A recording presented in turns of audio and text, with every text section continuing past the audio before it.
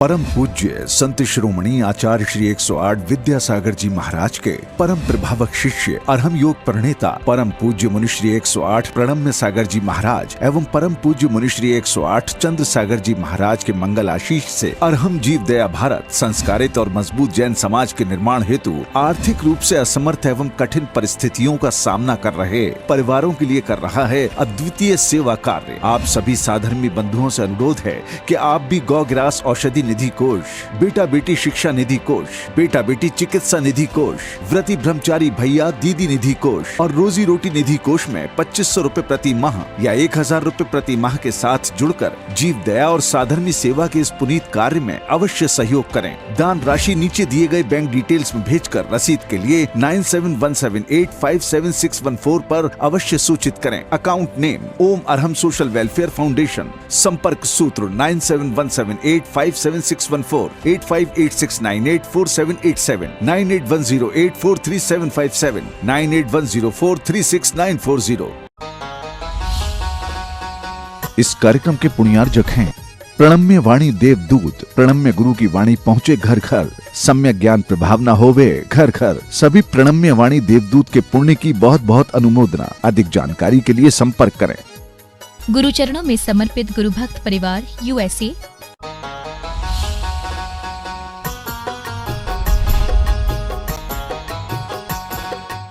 मोक्षमार्गस्य नेतारं भेत्तारं कर्मभूरतां ज्ञातारं विश्वतत्त्वानां वन्दे तद्गुणलब्धये।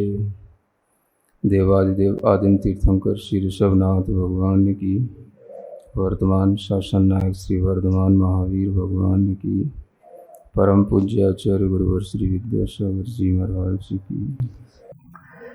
तत्पर सूत्र के 7वें अध्याय के सूत्रों का विवेचन चल रहा है। मारणांतकीम सल्लेखनाम जोशिता, यह सूत्र जो कहा गया था उसी सल्लेखना के भी कुछ दोष होते हैं, अतिचार होते हैं, उनको बताने के लिए यह सूत्र है। जीवित मरणाशंसा मित्रानुराग सुखानुबंध निदानानि, यह 5 अतिचार हैं। जब कोई व्यक्ति सल्लेखना लेता है तो सल्लेखना लेने के लिए वह अपने अंदर शरीर को त्यागने का ही भाव रखता है और उस समय पर भी उसके मन में कुछ अतिचार लग सकते हैं। जो यहाँ पर पहला अतिचार कहा जा रहा है, जीवित की आशंसा। आशंसा शब्द को दोनों के साथ जोड़ना है, जीवित आशंसा और मरण आशंसा। जीवित की आशंसा का मतलब है कि सल्लेखना लेने के बाद भी उस जीव के अंदर यह भाव आ सकता है कि हम थोड़ा सा और जी लें। सल्लेखना लेने के बावजूद भी उसके मन में आ जाए कि मेरी आयु अभी हो सकती है और थोड़ी सी आयु और अधिक रहेगी तो हम और अच्छे ढंग से जीवन और जी पाएंगे या कुछ और जो बचे हुए काम है वो कर पाएंगे, क्योंकि काम कभी पूरे होते नहीं हैं। मरण का टाइम आ जाता है, इसलिए कई साधकों की मानसिकता मरण के लिए बन नहीं पाती है, क्योंकि काम बहुत सारे पेंडिंग में पड़े रहते हैं। अब सबसे बड़ा जो काम है वो ये सामने आ जाता है साधक के लिए कि कौन सा काम महत्वपूर्ण है, जो हमने काम पेंडिंग में डाल रखे हैं वो, या सल्लेखना लेने का काम है वो। एक बहुत अच्छी बात यह है कि जो साधक होते हैं, जो ख्याति पूजा लाभ से दूर होकर के अपना जीवन चलाते हैं, उनके लिए ये सल्लेखना करना संभव होता है। सल्लेखना के दोषों में जब ये जीने की आशंसा आ जाती है तो उसमें बहुत बड़ा कारण ख्याति पूजा लाभ भी होता है, क्योंकि जब किसी भी साधक की पहले से ही ख्याति पूजा हो तो उसे सल्लेखना लेने में थोड़ी कठिनाई होती है, और उस समय पर कोई भी अगर सामने आता है और कुछ भी कहता है तो मन में विचार आ सकता है कि हाँ, थोड़ा सा समय अभी और रोका जा सकता है, तब तैयारी की जाए। ऐसा हुआ है और होता है। एक साधक का नाम आपने सुना हो, आचार्य विनोबा भावे का नाम, जो भूदान आंदोलन के प्रणेता थे। यद्यपि वो जैन नहीं थे, लेकिन फिर भी उन्होंने समाधि ग्रहण की थी। उन्होंने सभी दर्शनों को पढ़ा था। जैन दर्शन से वो बहुत बाद में अच्छे रूप में प्रभावित हुए थे, और उन्होंने जैन दर्शन की जो सल्लेखना है इसको महत्व दिया। जीवन के अंत में उन्होंने सल्लेखना व्रत ग्रहण करने का मन बनाया, तो उनको रोकने के लिए इंदिरा गांधी भी उनके पास में आई थी कि बाबा, अभी आपको ये नहीं करना चाहिए, अभी जो है आप और जी सकते हैं, इस तरह से अभी सल्लेखना लेना उचित नहीं है, जीवन अभी समाप्त करना ठीक नहीं है।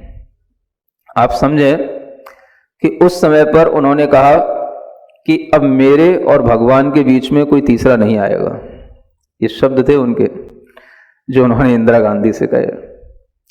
और साधक की बात है, साधना सबकी अपनी अपनी होती है। इतना उनके लिए अच्छी समाधि हुई कि उन्होंने पहले से ही कह दिया था कि जिस दिन भगवान महावीर स्वामी का निर्वाण होगा उसी दिन मेरी समाधि होगी, और उसी दिन उनकी समाधि हुई। ये तैयारियां जो होती हैं साधकों की, जो उनके परिणामों की निर्मलता से होती हैं, या भीतर की एक परमात्मा को प्राप्त करने की जो लगन होती है, उसके माध्यम से ही होती हैं। और तभी इस तरीके की बीच में कोई आशंसा अगर आ जाती है, कोई ऐसी डिजायर आ जाती है कि थोड़ा सा लाइफ और थोड़ी सी प्रोलॉन्ग हो जाए, तो इस तरीके की जो डिजायर्स हैं इन्हें भी साधक फिर उस समय पर महत्व नहीं देता, क्योंकि यह खुद उसका अपना सेल्फ डिसीजन होता है। और जब सेल्फ का डिसीजन है तो उस समय पर कोई दूसरा बीच में आकर के किसी भी तरीके का इंटरफेयर करता है तो उसको भी वह इग्नोर करता है। एक बात यह है, और दूसरी बात यह भी है कि कभी कभी जैसे सल्लेखना ली जाती है तो कुछ ऐसे भी केस देखे गए हैं, किसी को कोई रोग है और रोग ऐसा है कि उसका कोई भी इलाज नहीं है ना, निष्प्रतिकार रोग है। शास्त्रों में लिखा है जब रोग निष्प्रतिकार हो, उसकी कोई चिकित्सा ना हो, तो सल्लेखना लेना ही उचित है। तो उस समय पर जिसने सल्लेखना ली है, समाधि की जो अपनी तैयारी करता है, अब उसके लिए कुछ ऐसा होता है, क्योंकि उस समय पर जब उसके लिए खान पान का त्याग होता है, सब उसकी मानसिकता अच्छी होती चली जाती है, तो जो रोग होते हैं उनकी भी रिकवरी होने लग जाती है। समझ आ रहा है? जो कहीं बहुत ज्यादा पेन हो रहा हो वो भी जो है कम हो जाएगा। जो किसी भी तरीके के, यहां तक कि एक ट्यूमर का केस था, तो उसका सिर में ट्यूमर था, उसको बहुत पेन होता था, लेकिन जब उसने समाधि ले ली तो उसका पेन भी ठीक होने लगा। समझ आ रहा है? तो ऐसी स्थिति बन गई कि उससे पूछा जाए कि अब समाधि लेना है कि नहीं लेना है। समझ आ रहा है? क्योंकि वो ठीक तो हो रहा है समाधि के कारण से, अब समाधि आगे बढ़ाई जाए कि नहीं बढ़ाई जाए। तो जब ऐसी कंडीशन आ जाती है तब ये अतिचार सामने देखने को मिलते हैं। अगर साधक के अंदर अपना डिसीजन होगा, उसे अपना इस लोक में और परलोक में अगर कोई भी तरीके की लाभ की या किसी भी तरीके की और राग आदि की इच्छाएं नहीं होंगी, तो उसके लिए जो उद्देश्य बन गया है वह उसी उद्देश्य की पूर्ति करेगा। और उस साधक ने पूरी सल्लेखना ली और उसका सल्लेखना पूर्वक बहुत शांत भाव के साथ में मरण हुआ। दूसरा भाव आता है, मरण की भी आशंसा नहीं होनी चाहिए। जब सल्लेखना लेने वाला साधक सल्लेखना ले ही रहा है तो हम जल्दी मर जाएं या मरने की इच्छा करना भी उसके लिए ठीक नहीं होता है। इच्छा उस समय पर वो न जीने की करे न मरने की करे। तो मरने की भी उस समय पर उसकी इच्छा नहीं है कि मैं मर रहा हूं या मर जाऊं, इस इच्छा से नहीं वो सल्लेखना करता है। वह तो अपना जीवन शांति के साथ में, कसायों की मंदता के साथ में अपना जीवन, अपनी आयु इस तरह से पूर्ण करना चाहता है कि आयु का अंतिम समय उसके जीवित भाव के साथ में गुजरे, उसकी जागृति के साथ गुजरे। भीतर से वह पूरा का पूरा अपने आप को सावधान रखते हुए शरीर को छोड़े। कोई कष्ट है, सहन नहीं हो रहा है, तो मुझे जल्दी ही संलेखना हो जाए, मैं जल्दी ही शरीर पूरा कर दूं ताकि मुझे ये कष्ट सहन न करने पड़े। तो इस तरीके की जो वेदना आदि के माध्यम से कभी मरने की इच्छा पैदा हो तो वह भी उस संलेखना का दोष कहलाएगा। तो ये दोनों प्रकार के दोषों से रहित होकर के संलेखना होती है। फिर तीसरा दोष आ जाता है मित्रानुराग, है ना। सब आचार्यों ने अपनी मानसिकताओं को पकड़ रखा है। आप संलेखना के लिए तैयार हुए हो, जो अपने पुराने बड़े ही बचपन के साथी फ्रेंड्स होते हैं उनके प्रति भी अनुराग उस समय पर पैदा हो सकता है, वह उसकी संलेखना का एक दोष बन जाता है। अब आपको अपना मित्र, अपनी आत्मा, अपना धर्म बनाना है और कोई जो दूसरे मित्र हैं ये सब आपके लिए उस समय पर राग आदि को बढ़ाएंगे, आपके अंदर चित्त में विकल्प विक्षेप पैदा करेंगे, उससे आपकी सावधानी, आपका आत्म ध्यान बनेगा नहीं, इसलिए ये दोष बन जाएगा। इसलिए आचार्य कहते हैं मित्रानुराग भी नहीं होना चाहिए, है ना। यह मित्रानुराग अगर बढ़ जाता है तो वह खुद भी देखने की इच्छा करता है, या कोई दोस्त वगैरह आते हैं तो उनसे भी वह मिलने की इच्छा करता है, लेकिन साधक को स्वयं में ये इच्छाएं होनी नहीं चाहिए। भले ही उसकी परिचर्या में जो लगे हुए लोग हैं वो किसी को भी दूर से दर्शन करा दें, उससे उनको दिखा दें, ये बात अलग है, लेकिन साधक के अंदर खुद विकल्प नहीं आना चाहिए कि मुझे उनसे मिलना है, मुझे उनसे बात करना है, क्योंकि वो एक ऐसा सेफ्टी जोन होता है कि वहां पर आपके लिए हर तरीके की सेफ्टी की जाती है। उस प्रक्रिया में फिर किसी भी तरीके का राग भाव, किसी भी तरीके का मोह भाव, वो उस संलेखना को बिगाड़ने वाला है। तो ये राग मोह से रहित होकर के जब संलेखना की जाती है तो उसमें मित्रानुराग का भाव भी नहीं आना चाहिए। ये निर्दोष संलेखना कहलाती है। उसमें फिर किसी की कोई चिंता नहीं करना। सबसे उत्कृष्ट कौन सी चिंता है? एक श्लोक आता है, उत्तमा आत्मचिंता स्यात् देह चिंता च मध्यमा। देह की चिंता जो है वो मध्यम है ना। इसके अलावा जो चिंताएं हैं वो तो और ही बेकार है। और फिर उसके बाद में कोई इच्छाएं हैं तो फिर अधमा काम चिंता स्यात्, पर चिंता धमाधमा। धमाधमा का मतलब अधमा अधमा, अधम से भी वो अधम हो गया। समझ आ रहा है? ये चार प्रकार की स्थितियां बताई गई हैं। सबसे उत्कृष्ट चिंता आत्मचिंता, दूसरी देह चिंता, तीसरी अपनी इच्छाओं की चिंता, और चौथी दूसरे की चिंता। तो जहां दूसरे की चिंता आ गई वहां तो वो फिर बहुत लोएस्ट कैटेगरी हो गई। उस कैटेगरी में फिर जो है आदमी के अंदर अपने आत्म कल्याण की भावना भी फिर नहीं रह जाती है। तो इसलिए ये मित्रानुराग नहीं होना चाहिए। सुखानुबंध, सुखानुबंध का मतलब पहले जो सुख का अनुबंध रहा है ना। पहले घर में थे, सब हमने बहुत धन अर्जित किया था, बहुत अच्छी फैसिलिटी के साथ में रहते थे, तो बहुत ज़्यादा हमारे लिए सब तरीके के शारीरिक सुख थे। अब जिस समय पर संलेखना हो रही है तो उस समय पर आपकी कंडीशन तो चलेंगी नहीं, शरीर में जो दुख हैं वो तो होंगे ही। वो पहले वाले जो सुख हैं उनकी याद नहीं आना, और वर्तमान में जो दुख चल रहा है उस दुख को उसके साथ में कोई कनेक्ट नहीं करना कि देखो अभी तो वर्तमान में कितना दुख हो रहा है संलेखना करते समय, और पहले तो मैं कितना सुखी था, तो सुखपूर्वक हमारा मरण होना चाहिए था, और यहाँ तो हमारे लिए शरीर में इतना कष्ट हो रहा है कि ना तो हम सीधे लेट सकते हैं ना करवट से लेट सकते हैं, क्योंकि जिस समय पर संलेखना होती है उस समय पर जितना भी जो ये भराव दिख रहा है शरीर में, ये सब जो भराव है ये सब खाली हो जाता है। समझ आ रहा है? हड्डी हड्डी रह जाती है, और हड्डी की ऊपर किसी भी तरीके का कोई प्रेस पड़ता है, चाहे वो लेटते समय हो तो पीछे, और साइड से लेटेंगे तो कमर के पास, ये जो है इतना जो है उसमें मतलब दबाव पड़ने लग जाता है कि वो ऊपर की स्किन भी छिलने सी जाती है, छिल जाती है। समझ आ रहा है? तो जब आप साधकों के संलेखना देखेंगे तब आपको ये सब अनुभव होंगे। और अंत में आचार्य कहते हैं 5वां दोष होता है निदान नहीं मानना।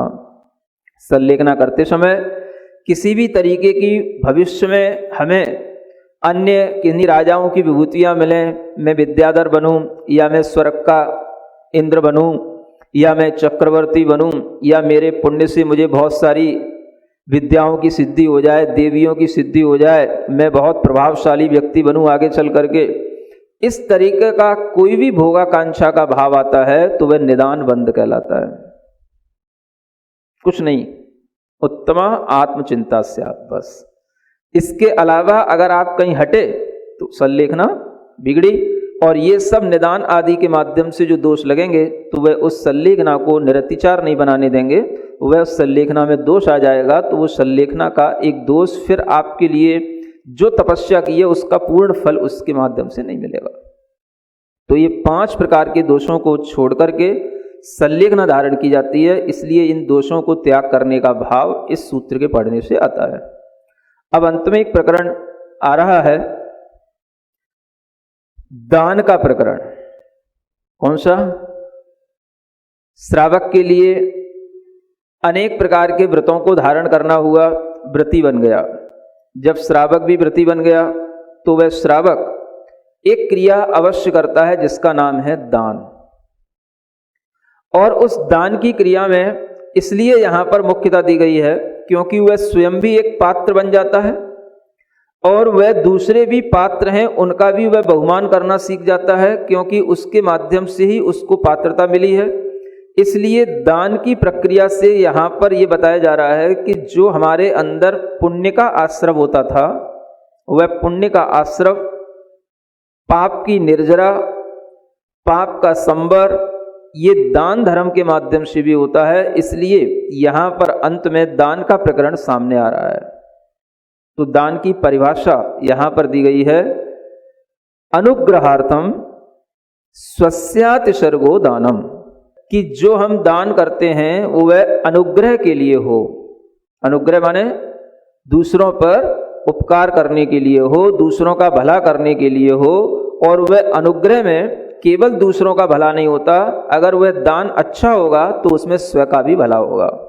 इसलिए उसमें स्व और पर दोनों का अनुग्रह होता है, एक म्यूचुअल बेनिफिट दोनों के लिए मिलता है। और उसके माध्यम से वह उस दान धर्म के माध्यम से अपने अंदर स्वयं भी गुणों को प्राप्त करता है और जिसके लिए वो दान दिया जाता है उसके भी गुणों की वृद्धि होती है। तो ये दोनों के लिए ये लाभ जो मिलता है उसी को यहाँ पर अनुग्रह कहा गया है। तो जब हमें अनुग्रह करना हो अपने ऊपर भी दूसरों के ऊपर भी, तो इस दान धर्म की प्रक्रिया को अपनाना। दान किसका करना? तो स्वस्य अतिसर्गः ये कहा गया। स्वम धनम, स्व को धन कहा जाता है। कोई भी चीज है वो बिना धन के नहीं होती है, तो इसलिए यहां पर धन का अतिसर्ग, अतिसर्ग माने त्याग, वह जो धन का त्याग है उसी का नाम दान है। तो दान में आप डायरेक्ट धन का भी त्याग कर सकते हैं और धन के त्याग के माध्यम से जो चीजें होती हैं वो भी जो चीजें सामने आती हैं वो भी दान की श्रेणी में आती हैं। तो दान में मुख्य रूप से यहां पर धन का त्याग करने को कहा गया है ना। अब वो दान तो देखा जाए तो 4 प्रकार का बताया गया है, आहार दान, औषध दान, आवास दान और उपकरण दान। अब यहां पर कोई भी दान होगा तो वो बिना धन के त्याग के नहीं होगा। आहार दान में भी धन का त्याग होगा, औषध दान में भी धन लगेगा, आवास दान में भी धन का उपयोग होगा और उपकरण दान में भी धन लगेगा। तो कोई भी दान होगा वो धन के माध्यम से ही आगे बढ़ेगा। इसलिए यहां शॉर्ट में धन का त्याग कह दिया, लेकिन इसका मतलब ये नहीं समझना कि हम केवल पैसा ही दे दें, धन ही दे दें और हमारा सब प्रकार का दान हो जाए, तो भी नहीं होता है। जो दान जिस विधि से जिस तरीके से करने योग्य होता है वह उसी के करने पर उसी रूप में लाभदायक होगा। तो वह जो दान होता है वो कहा जाता है कि दान हमेशा अपने हाथ से ही करना चाहिए। आहार दान, औषध दान, सभी दान अपने हाथ से ही करना चाहिए। तो ये दान है। इन दान के माध्यम से भी स्व और पर का अनुग्रह होकर के स्व के लिए भी पुण्य का बंध होता है और दूसरे के लिए उन गुणों की वृद्धि के लिए एक अनुकूल वातावरण मिलता है। इसलिए दोनों के ऊपर उपकार करने वाला जो एक दान है उसकी विशेषता आगे बताई जा रही है। विधि, द्रव्य, दात्री, पात्र, विशेषात तद विशेष। ये जो दान है, इस दान में तद विशेष एक विशेषता आ जाती है। यानी दान सब बराबर नहीं होते हैं। दान में भी उत्कृष्टता, मध्यमता, जघन्यता होती है। दान में भी विशेषपना आ जाता है। दान की जो विशेषता है वो किन कारणों से आएगी, तो ये सूत्र बहुत अच्छा सूत्र है, इसको हमेशा ध्यान रखना चाहिए। विधि विशेष से, विशेष शब्द सबके साथ जुड़ाना, विधि विशेष, द्रव्य विशेष, दाता विशेष और पात्र विशेष। जब ये चीजें विशेष विशेष होंगी तो वो दान भी विशेष श्रेणी में आएगा, और जब ये चीजें विशेष नहीं होंगी या सामान्य होंगी तो वो दान भी सामान्य की श्रेणी में आएगा। तो विधि विशेष का मतलब क्या है? विधि का मतलब होता है, जो सबसे बड़ी विधि बताई जाती है वो है नवधा भक्ति। ये विधि विशेष है। जानते हैं ना नवधा भक्ति?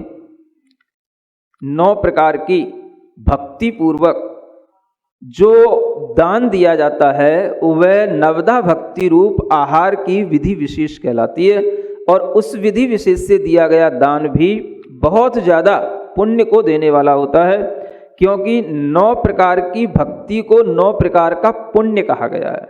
आचार्य समंतभद्र महाराज ने लिखा है रत्नकंठ श्रावकाचार में, नव पुण्य ही प्रतिपत्ति। 9 प्रकार के उन्होंने पुण्य कहे हैं। मतलब हर एक जो विधि है, हर एक जो प्रक्रिया है, जो उसका मेथड है, वह मेथड उसी रूप में होना तभी जो है वो आपके लिए पुण्य बंध का कारण होगा। 9 प्रकार की विधियां कौन सी होती हैं? सबसे पहले पड़गाहन होता है, प्रतिग्रहण जिसको बोलते हैं, पात्र को ग्रहण करना, है ना, वह प्रतिग्रहण कहलाता है, पड़गाहन। और पड़गाहन होने के बाद में दूसरा, उन्हें जब हम अपने घर में प्रवेश करा करके उच्च स्थान पर बिठालते हैं तो ये उच्चासन पर बिठालने के लिए कहना, स्वामी उच्चासन पर विराजमान होइए। समझ आ रहा है? कहना पड़ता है, तब वो पुण्य लगेगा। अगर नहीं कहोगे तो अपने आप कोई बैठेगा भी नहीं और अपने आप पुण्य भी नहीं लगेगा। कई लोग समझ नहीं पाते हैं, वहाँ खड़े रह जाते हैं। मुनि महाराज चाह रहे हैं कि ये बोले, और वो ये देखता है कि मुनि महाराज जब पाटा पड़ा है तो बैठ क्यों नहीं रहे समझ आ रहा है? और मुनि महाराज पाटे की ओर देख रहे हैं तो वो समझता है कि पाटा या तो दूसरा लगाना है, या हिल रहा है, या इधर उधर करेगा कि यहाँ लगा दूं वहां लगा दूं। जो उसे करना है वो उसे ध्यान नहीं है। तो करना क्या है? यह जो हम आदर के साथ लाए हैं उन्हें आदर के साथ उस पर बिठाना, ये बोलना है। तो ये उच्चासन ग्रहण कीजिए, ये जो है एक विधि है, और इस विधि से पुण्य बंद होता है कि आप अपने घर में उन मुनि महाराज को बिठा रहे हो, ये बहुत बड़ा आपके लिए पुण्य है। अदरवाइज कभी भी मुनि महाराज किसी घर में बैठने नहीं जाते हैं। समझ आ रहा है? और आप कहते जा रहे हो मुनि महाराज ऐसा करते जा रहे हैं, देखो ये केवल उसी समय होता है। ये सिर्फ आपके उस मनोभाव से और आपके उस पुण्य भाव से होता है, क्योंकि मुनि महाराज भी आपको पुण्य दे रहे हैं। समझ आ रहा है? वो आपके लिए ये नहीं कह रहे हैं कि हमें उच्चासन पे बैठाने के लिए कहो, वो आपको पुण्य दे रहे हैं। अगर आप ऐसा करोगे तो आपके लिए पुण्य की प्राप्ति होगी। 9 प्रकार के पुण्य वो आपको दे रहे हैं, और वो सब अलग अलग क्वालिटी के पुण्य हैं। तो पड़गाहन का पुण्य अलग है, फिर उच्चासन का पुण्य अलग है, और फिर तीसरा क्वालिटी, फिर पाद प्रक्षालन। जब पाद प्रक्षालन करते हैं तो पाद प्रक्षालन करने के बाद में गंधोदक लेना, ये तीसरे क्वालिटी का पुण्य आ गया। समझ आ रहा है? नहीं तो फिर क्या होगा? पाद प्रक्षालन करके आपने रख दिया तो पुण्य कैसे मिलेगा? किया क्यों था? करने का प्रयोजन तो वही है ना। तो करके उसको सिर पर लगाना, ये तीसरी क्वालिटी का पुण्य है, आपके लिए आ रहा है। फिर चौथी विधि शुरू होती है, पूजन की विधि।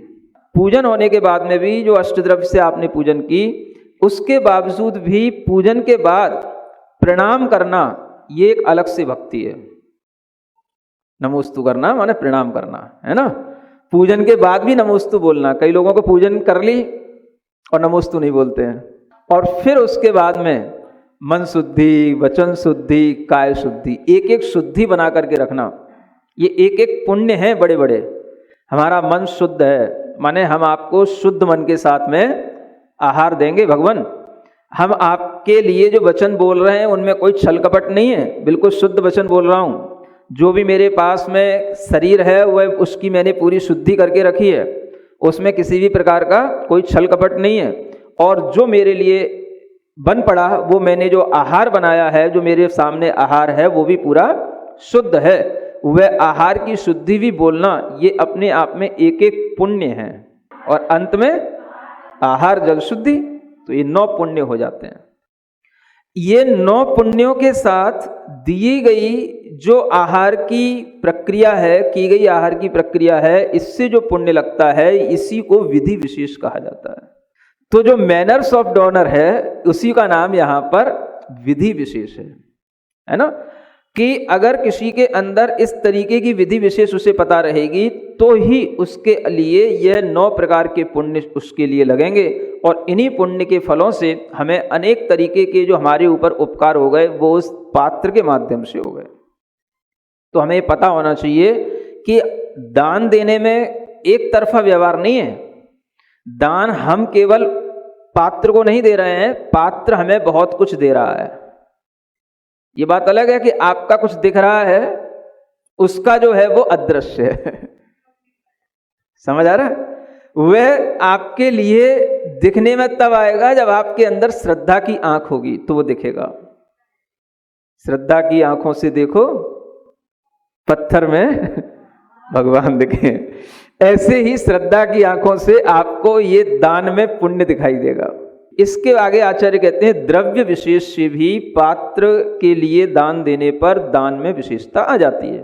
द्रव्य विशेष माने जो आइटम्स हैं, जो आपने द्रव्य बनाया है वो द्रव्य भी जो है विशेष होना चाहिए। विशेष का मतलब सामान्य जैसा तो नहीं होना चाहिए, इससे स्पष्ट हो गया है ना। जो सामान्य आपका अपने लिए रहता है उससे कुछ विशेष ही होना चाहिए, तभी द्रव्य विशेष कहलाएगा। लेकिन वो विशेष इतना विशेष नहीं हो जाए कि सामने वाले के लिए प्रतिकूल हो जाए, है ना। वो विशेष इतना होना चाहिए कि वो सामने वाला जो पात्र है जिसको आप दान दे रहे हैं उसके लिए बहुत ही हितकारी हो, उसके किसी भी रोगों को बढ़ाने में कारण न बन जाए, उसके बाद पित्त कफ को बढ़ाने में कारण न बन जाए, बिगाड़ने में कारण न बन जाए, उसका स्वास्थ्य उससे ठीक बना रहे, अनुकूल रहे। ये ध्यान रख करके द्रव्य की तैयारी करना या द्रव्य को निर्मित करना, ये द्रव्य विशेष कहलाएगा। समझ आ रहा है? अब ये द्रव्य विशेष से ही दान में विशेषता आ रही है। अब आप सोचें, जो लोग एक तरफा ये बोलते हैं कि मुनि महाराज के लिए अगर हम आहार की तैयारी करते हैं तो ये आहार उनके लिए उद्दिष्ट हो जाता है। ये उद्दिष्ट तब होगा जब मुनि महाराज खुद आपके लिए उस आहार की तैयारी करवाएं। मुनि महाराज आहार की तैयारी नहीं करवा रहे हैं। आप अगर तैयारी नहीं करोगे तो आप दोगे क्या? आप तो कभी शुद्ध भोजन करते नहीं, आप तो कभी शुद्ध पानी भी तक पीते नहीं, तो मुनि महाराज को क्या नल का पानी पिलाओगे? जो हमने बनाया है, जैसा बनाया है उसी में से मुनि महाराज को दे दिया जाए, वो तो तब होता है जब आपका भी कुछ शुद्ध आचरण हो। तो वो तो समय निकल चुका। द्रव्य विशेष तैयार तो करना पड़ेगा। जल आपको शुद्ध लाना ही होगा, जल आपको शुद्ध अपने लिए प्राशुक करना ही होगा, लेकिन वो किया जाएगा अपने निमित्त से। ध्यान ये भी रखा जाएगा कि इसमें अगर हमें साधु का लाभ मिल जाए तो ये हमारे लिए सोने पर सुहागा है। इसलिए द्रव्य विशेष होने पर ही आपके दान में विशेषता आएगी। अगर द्रव्य विशेष नहीं बना पाओगे या द्रव्य विशेष नहीं कर पाओगे तो फिर आप साधु की वैयावृत्ति कैसे कर पाओगे?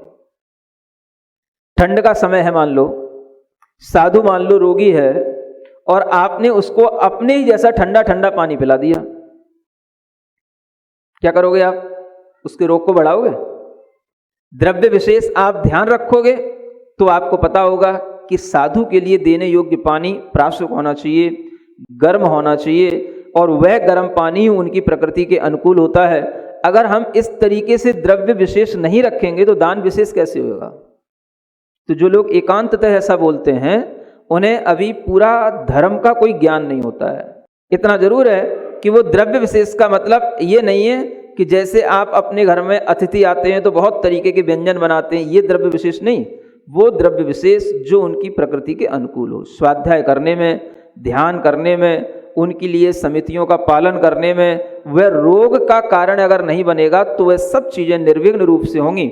इसलिए ज्ञान ध्यान स्वाध्याय के हेतुभूत जो द्रव्य विशेष बन जाता है वही द्रव्य दान के लिए विशेषता में कारण आ जाता है। दाता की विशेषता में बताया गया है कि दाता के 7 गुण होने चाहिए, 7 गुण समन्वितेन शुद्धेन। दाता 7 गुणों से सहित होता है तब दाता में विशेषता आती है। हर कोई दाता नहीं होता है, और हो भी जाता है तो उसमें ये गुण नहीं आने के कारण से पूरा उसको दान विशेष का फल भी नहीं मिलता है। एक गुण है उसके अंदर श्रद्धा होनी चाहिए कि मैं जो ये दान की प्रक्रिया कर रहा हूं ये बहुत ही विशिष्ट प्रक्रिया है। मुझे अगर दान देने का लाभ मिला है तो इससे बड़ा लाभ तो इनका है जो इन्होंने अपना जीवन रत्नत्रयमय बना रखा है, और यह पूरे 28 मूल गुणों का पालन करने वाले साधु परमेष्ठी हैं। इनका मुझे लाभ मिला, ये मेरे लिए सबसे बड़ा सौभाग्य है। ये उसके अंदर कब आएगा? जब उसमें श्रद्धा होगी, कुछ जानता होगा, तभी तो श्रद्धा आएगी। श्रद्धा के बिना उसे पात्र ही नहीं समझ में आएगा, नहीं तो वो साधु में और भिखारी में कोई अंतर ही नहीं समझेगा। दूसरा गुण होता है उसके अंदर फिर भक्ति भाव होना चाहिए। अब श्रद्धा तो है, अंदर ले गए मुनि महाराज को, अब भक्ति करने का मन नहीं हो रहा है।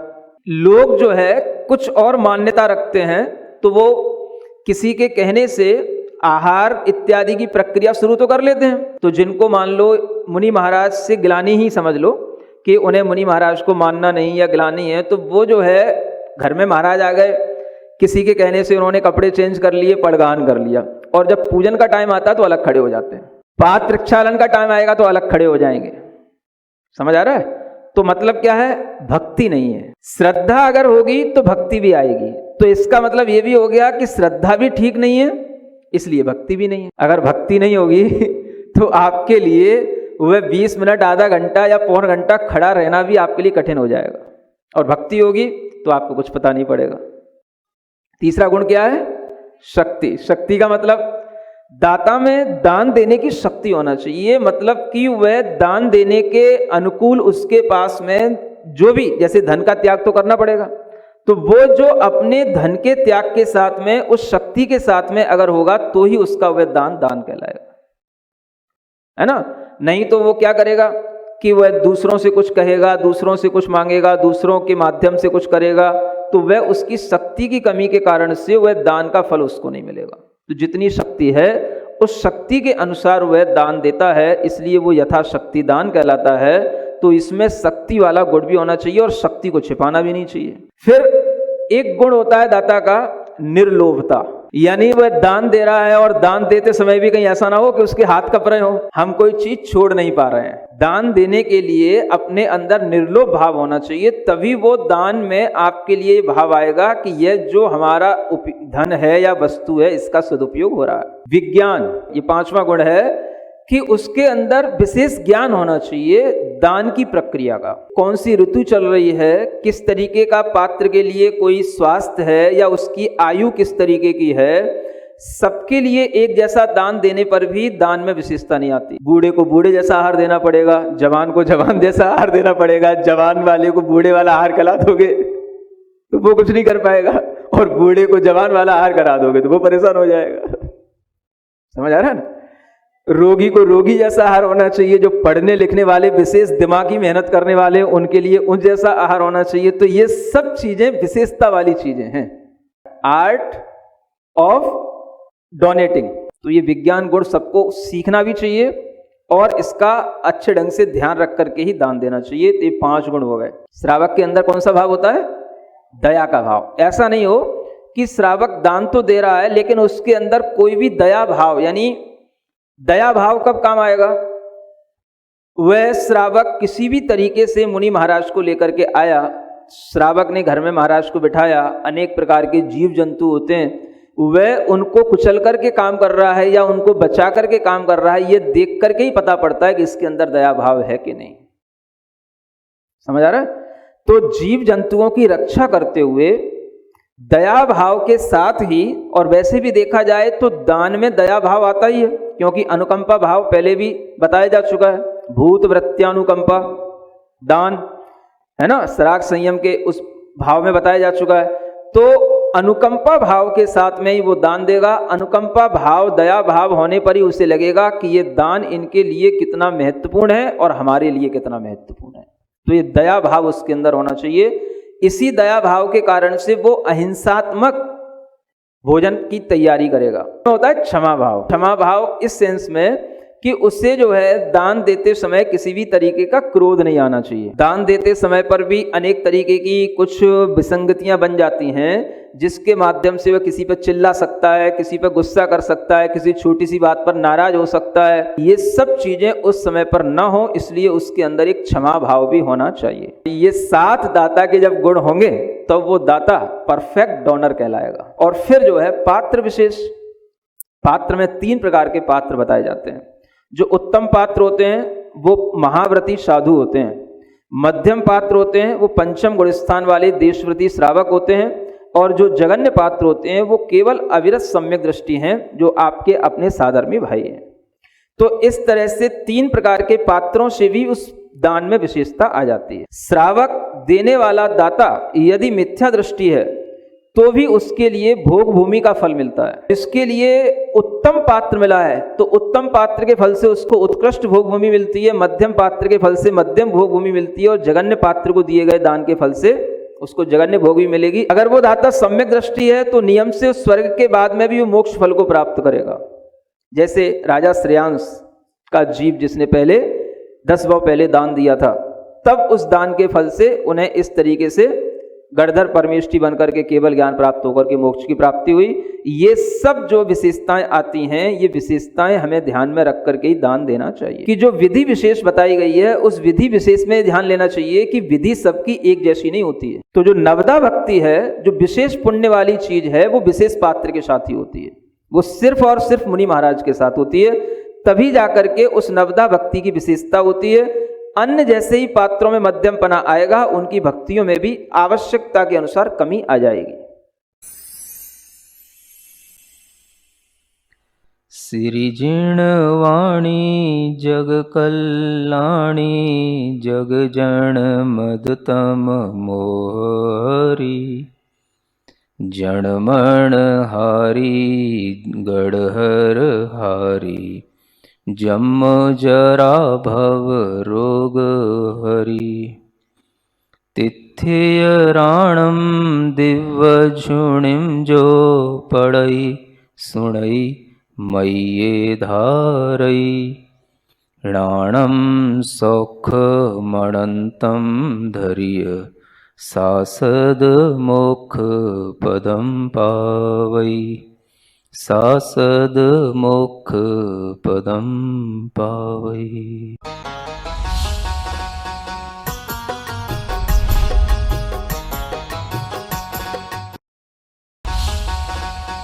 इस कार्यक्रम के पुण्यार जग थे प्रणम्य वाणी देवदूत। प्रणम्य गुरु की वाणी पहुँचे घर घर, सम्यक ज्ञान प्रभावना होवे घर घर। सभी प्रणम्य वाणी देवदूत के पुण्य की बहुत बहुत अनुमोदना। अधिक जानकारी के लिए संपर्क करें। गुरु चरणों में समर्पित गुरु भक्त परिवार USA। परम पूज्य संत शिरोमणि आचार्य श्री 108 विद्यासागर जी महाराज के परम प्रभावक शिष्य अरहम योग प्रणेता परम पूज्य मुनिश्री 108 प्रणम्य सागर जी महाराज एवं परम पूज्य मुनिश्री 108 चंद्र सागर जी महाराज के मंगल आशीष से अरहम जीव दया भारत संस्कारित और मजबूत जैन समाज के निर्माण हेतु आर्थिक रूप से असमर्थ एवं कठिन परिस्थितियों का सामना कर रहे परिवारों के लिए कर रहा है अद्वितीय सेवा कार्य। आप सभी साधर्मी बंधुओं से अनुरोध है कि आप भी गौग्रास औषधि निधि कोष, बेटा बेटी शिक्षा निधि कोष, बेटा बेटी चिकित्सा निधि कोष, व्रती ब्रह्मचारी भैया दीदी निधि कोष और रोजी रोटी निधि कोष में 2500 रुपए प्रति माह या 1000 रुपए प्रति माह के साथ जुड़कर जीव दया और साधर्मी सेवा के इस पुनीत कार्य में अवश्य सहयोग करें। दान राशि नीचे दिए गए बैंक डिटेल्स में भेजकर रसीद के लिए 9717857614 पर अवश्य सूचित करें। अकाउंट नेम ओम अरहम सोशल वेलफेयर फाउंडेशन। संपर्क सूत्र 9717857614 8586984787 9810843757 9810436940।